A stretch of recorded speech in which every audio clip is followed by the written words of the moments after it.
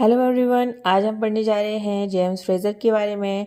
इससे previous videos में हमने पढ़ा था कि क्लासिकल एवोल्यूशन कहते किसे हैं और क्लासिकल एवोल्यूशन में कौन कौन से स्कूल ऑफ थॉट आते हैं। आज हम बात करेंगे जेम्स फ्रेज़र के बारे में। James Fraser British school of thought से बिलोंग करते हैं। उन्होंने कंपैरेटिव मेथड का यूज़ किया है। इसके साथ साथ उन्होंने कॉन्सेप्ट ऑफ सर्वाइवल का यूज़ किया है। अब बात करें उनके द्वारा किए गए वर्क की।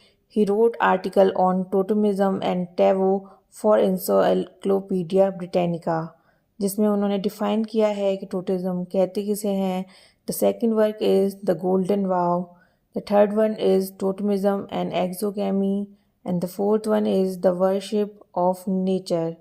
मेक श्योर जब भी आप अपनी आंसर राइटिंग करें या नोट्स बनाएं तो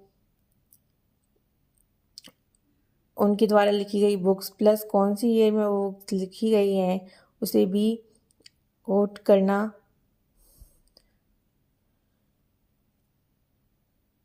अब बात करेंगे उनके द्वारा किए गए कंट्रीब्यूशन की। जैसे ईवी टेलर ने बताया था कि कल्चरल डेवलपमेंट एक यूनिलीनियर एंड सिक्वेंशियल प्रोसेस है, उसी तरह James Fraser also talk about culture has passed through three successive development stages. The first one is magic, the second one is religion, and third one is science. In his book Golden Vow, James Fraser says जो early primitive man थे उन्हें science के बारे में कुछ भी इतना ज़्यादा पता नहीं था। They lived by two law of principle. The first one is law of similarity and the second one is law of contact. The question is, what is law of similarity and what is law of contact? Law of similarity means like produces like. For example, there is a tribe in Chota Nagpur Plateau which believes cause and effect relationship between light and thunder and rain. The second one is law of contact. Law of contact means once in contact is always in contact.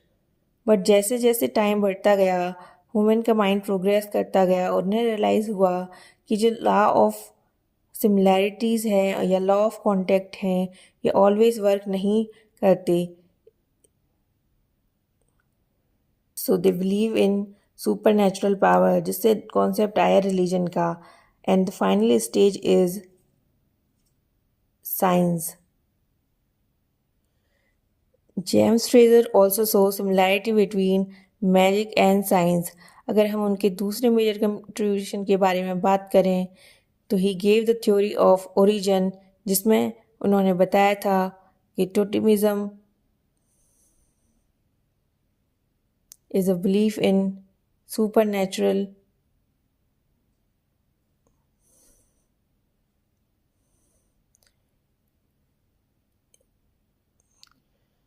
In 1910 he published Totemism and Exogamy, जिसमें उनका मानना था कि totemism is originated as a belief in soul.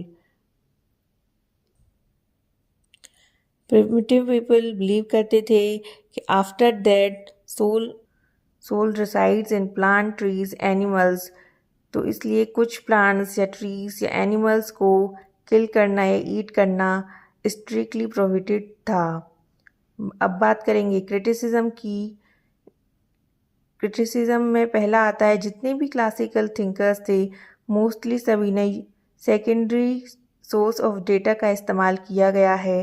They also known as armchair anthropologist. And third one is absence of field work, and the fourth one is Fraser stages cannot be found in ethnographic reality, means magic, religion and science coexist